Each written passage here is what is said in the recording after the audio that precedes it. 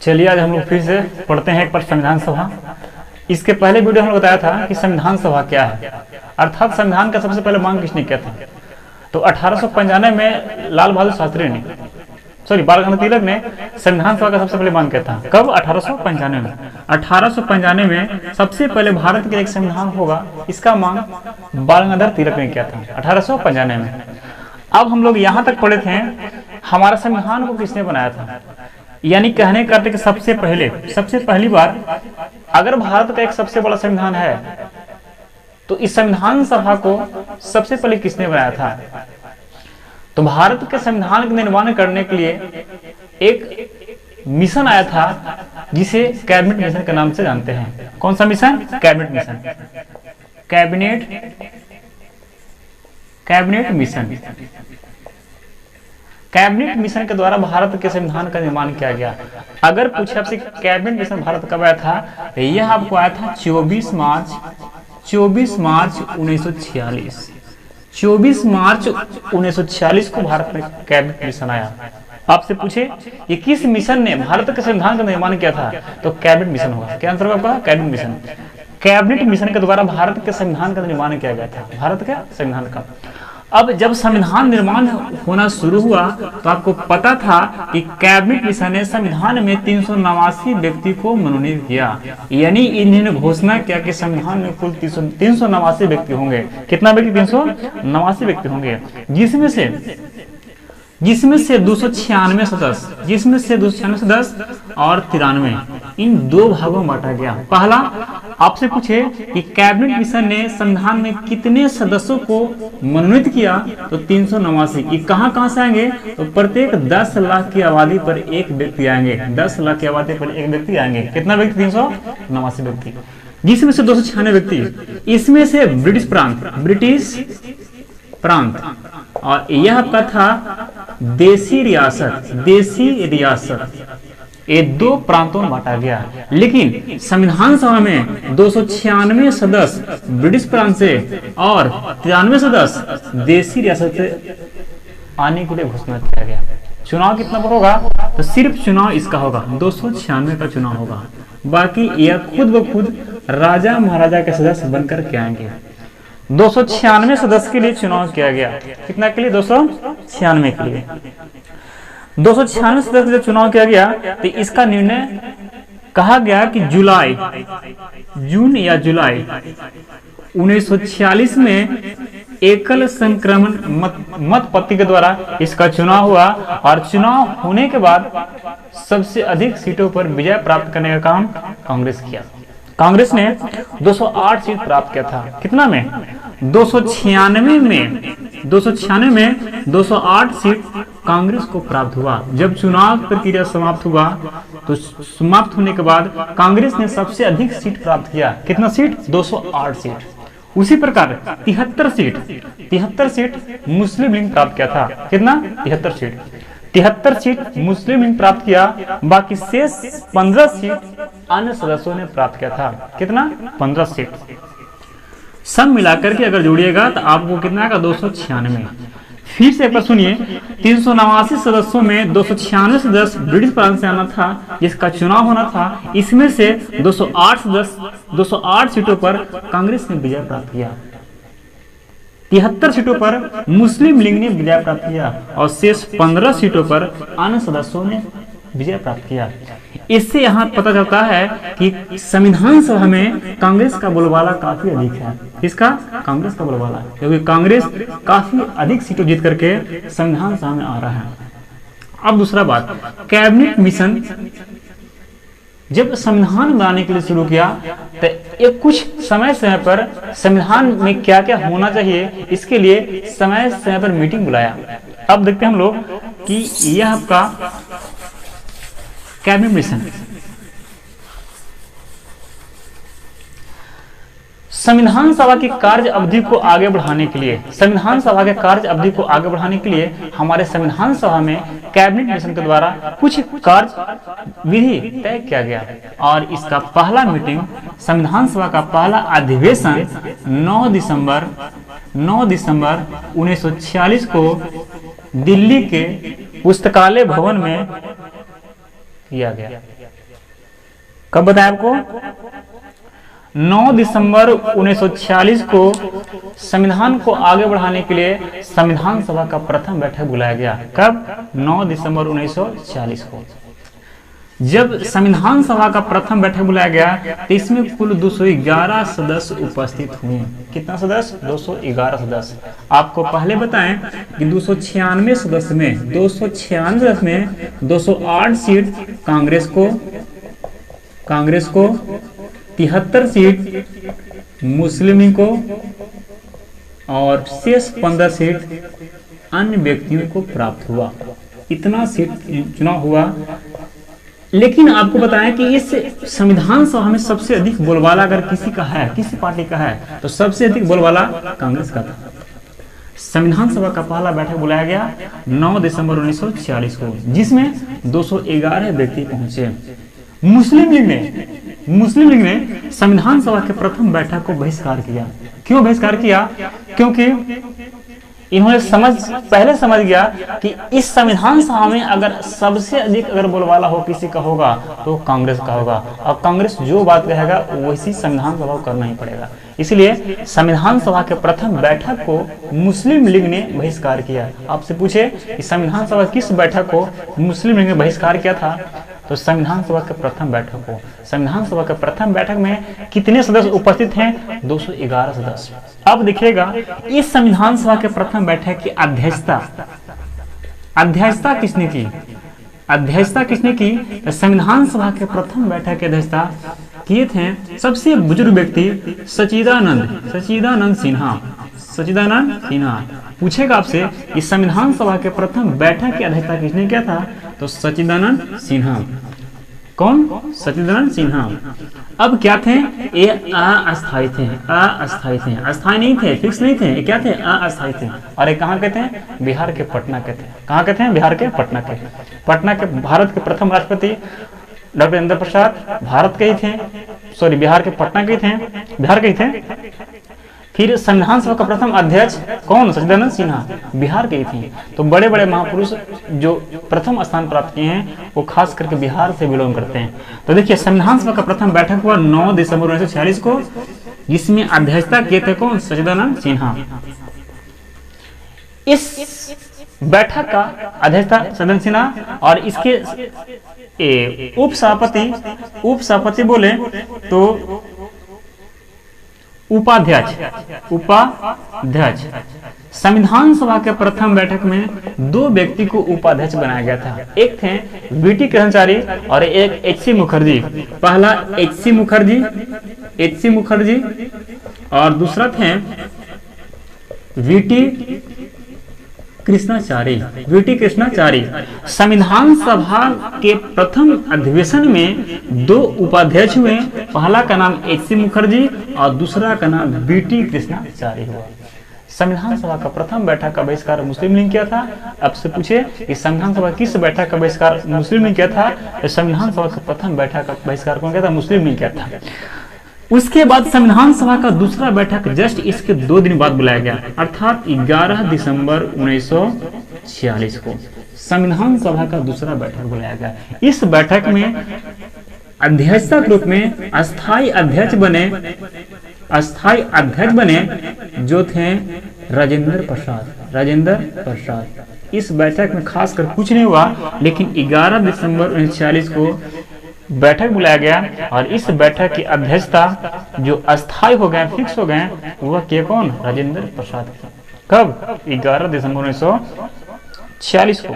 यह आपका संविधान सभा का दूसरा बैठक बुलाया गया। उसके बाद दूसरा पॉइंट, पुनः संविधान सभा का तीसरा बैठक बुलाया गया। तो 13 दिसंबर 1946 को 1946 को संविधान सभा का तीसरा बैठक हुआ। तीसरा बैठक कब? 13 दिसंबर 1946 को संविधान सभा का तीसरा बैठक बुलाया गया। इस बैठक में जब बैठक बुलाया गया तो इस बैठक में पंडित जवाहरलाल नेहरू ने सबसे पहले उद्देश्य प्रस्ताव को पारित किया था। उद्देश्य प्रस्ताव पूछेगा आपसे कि संविधान सभा में उद्देश्य प्रस्ताव किसने पारित किया, किसने भेजा, तो पंडित जवाहरलाल नेहरू।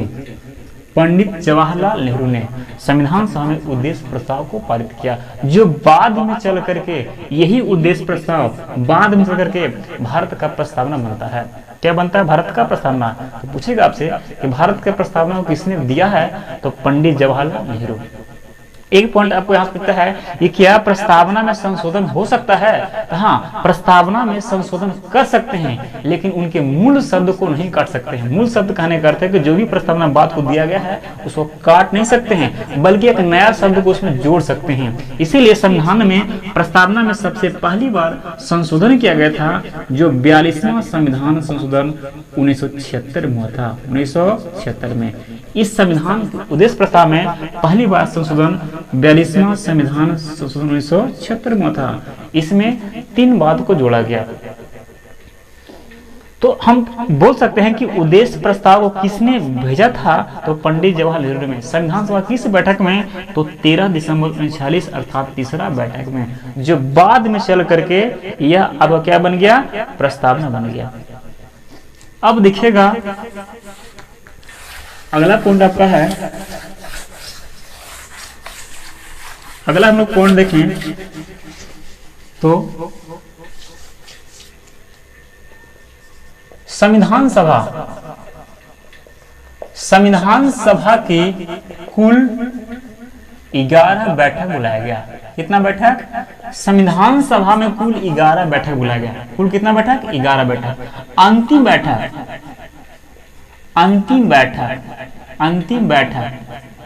अंतिम बैठक 24 जनवरी 1950 को बुलाया गया। कब? 24 जनवरी 1950 को अंतिम बैठक। इस बैठक में बहुत से घोषणा हुए। पहला घोषणा क्या हुआ कि भारत का राष्ट्रगान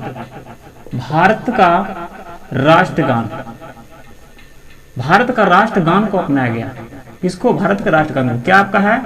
तो जन गण। कौन लिखे हैं? तो रविंद्रनाथ ठाकुर लिखे हैं।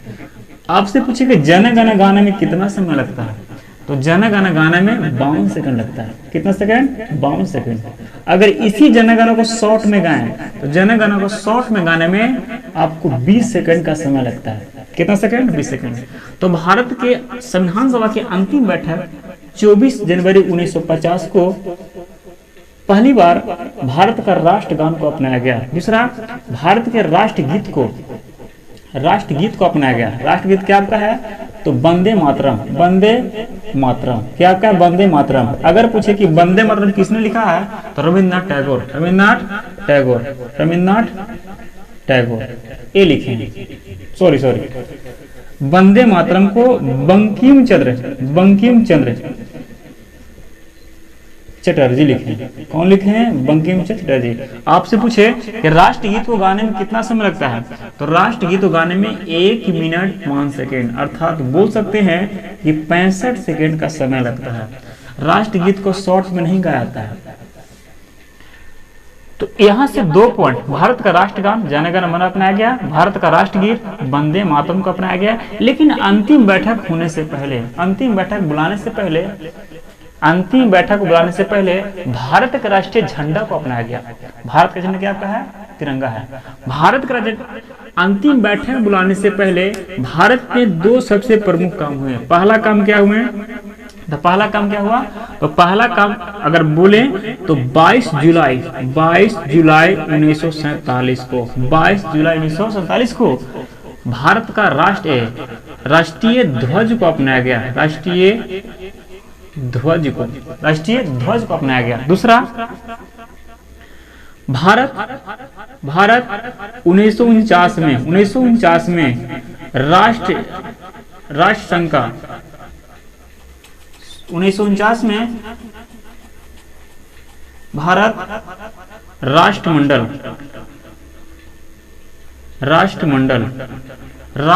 का सदस्य बना। कब? भारत 1949 में। भारत 1949 में राष्ट्रमंडल का सदस्य बना। भारत का राष्ट्रीय ध्वज को कब अपनाया गया? तो 22 जुलाई 1947 को राष्ट्रीय ध्वज। एक बार फिर देखते हैं हम लोग कि संविधान सभा के में कुल 11 बैठक हुए। अंतिम बैठक कब हुआ? 24 जनवरी 1950 को। इसमें भारत का राष्ट्रगान को अपनाया गया, भारत का राष्ट्रगीत, और भारत के प्रथम राष्ट्रपति बने इसी बैठक में, अंतिम बैठक में। तो भारत के राष्ट्रपति कौन बने थे? डॉक्टर राजेंद्र प्रसाद। संविधान सभा के अंतिम बैठक में राष्ट्रगान गाने में कितना समय?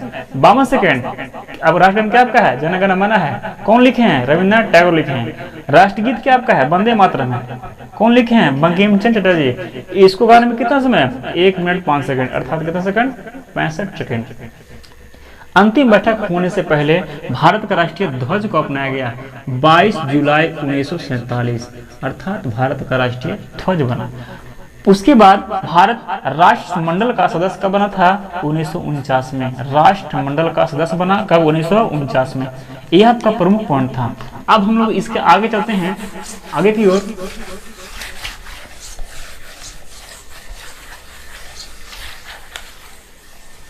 अब देखिए, संविधान सभा का निर्माण करने के लिए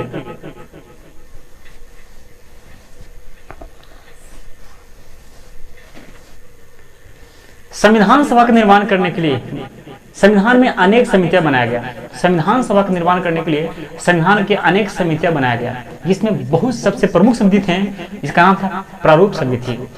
संविधान सभा का निर्माण करने हेतु अनेक समितियां बनाया गया, जिसमें सबसे प्रमुख समिति क्या था? प्रारूप समिति। क्या था? प्रारूप समिति। पहला क्या था? प्रारूप समिति। क्या थे? जिसके अध्यक्ष कौन थे? तो अध्यक्ष थे भीमराव अंबेडकर। भीमराव अंबेडकर। संविधान सभा बनाने हेतु अनेक समितियां बुलाया गया, जिसके सबसे प्रमुख समिति क्या था? प्रारूप समिति। इसके अध्यक्ष कौन थे? भीमराव अंबेडकर। आपसे पूछे कि प्रारूप समिति में कितने सदस्य थे? तो 7 सदस्य। कितने थे?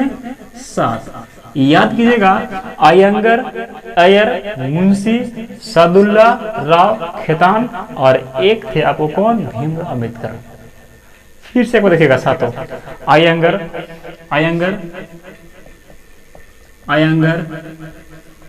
अय्यर,